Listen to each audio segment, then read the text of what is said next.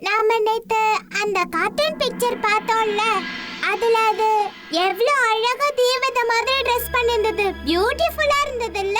எனக்கும் அதே தான் வேணும். அத்தை, எனக்கு வேணும்ன்றத லிஸ்ட் போட்டுட்டேன் பாருங்க.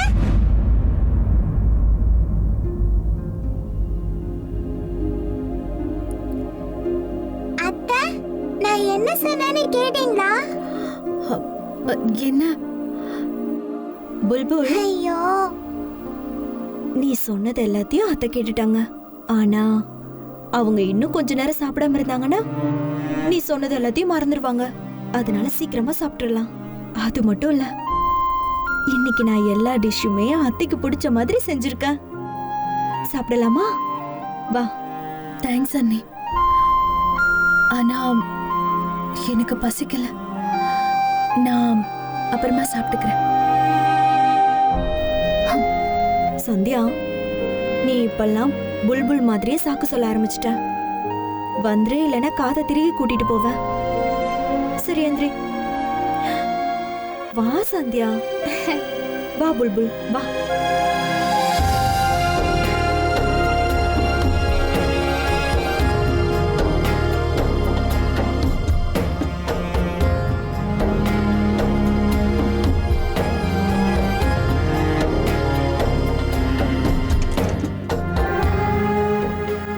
இருக்கிறப்ப நான் உன்னை திட்டி சாப்பிட வச்சிருவேன்.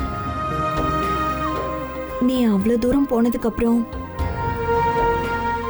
9 மாசம் நீ எப்படி வேணாலும் சாப்பிட்டுக்கோ. அங்க உன் காதை திருக யாரும் இருக்க மாட்டாங்கல்ல.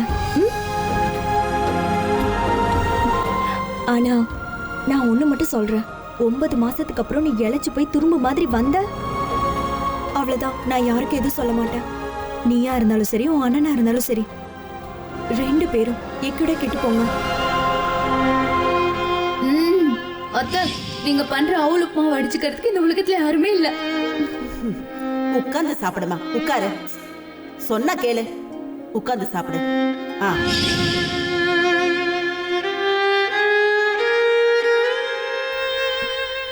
என்னாச்சு சந்தியா?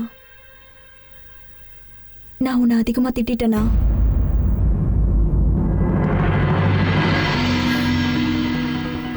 இல்ல அண்ணி, நீங்க இப்ப என்ன திட்டினதும் எனக்கு அத்தியோட ஞாபகம் வந்துருச்சு.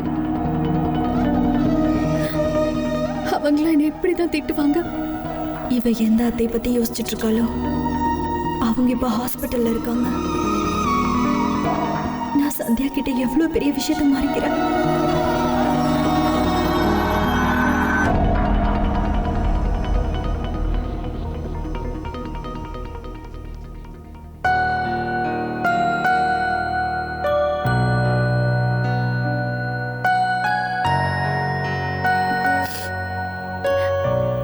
அண்ணி,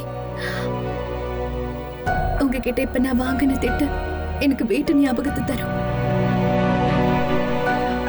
உங்களோட அன்பு, உங்களோட இந்த அரவணைப்பு, இதெல்லாத்தையும் எப்படி அண்ணி என்னால மறக்க முடியும்? புல்புல், அண்ணா, விக்ரம், மோகன், பிரீத்தி, மீனாட்சின்னு என்னோட அத்தை, மாமா, அவரு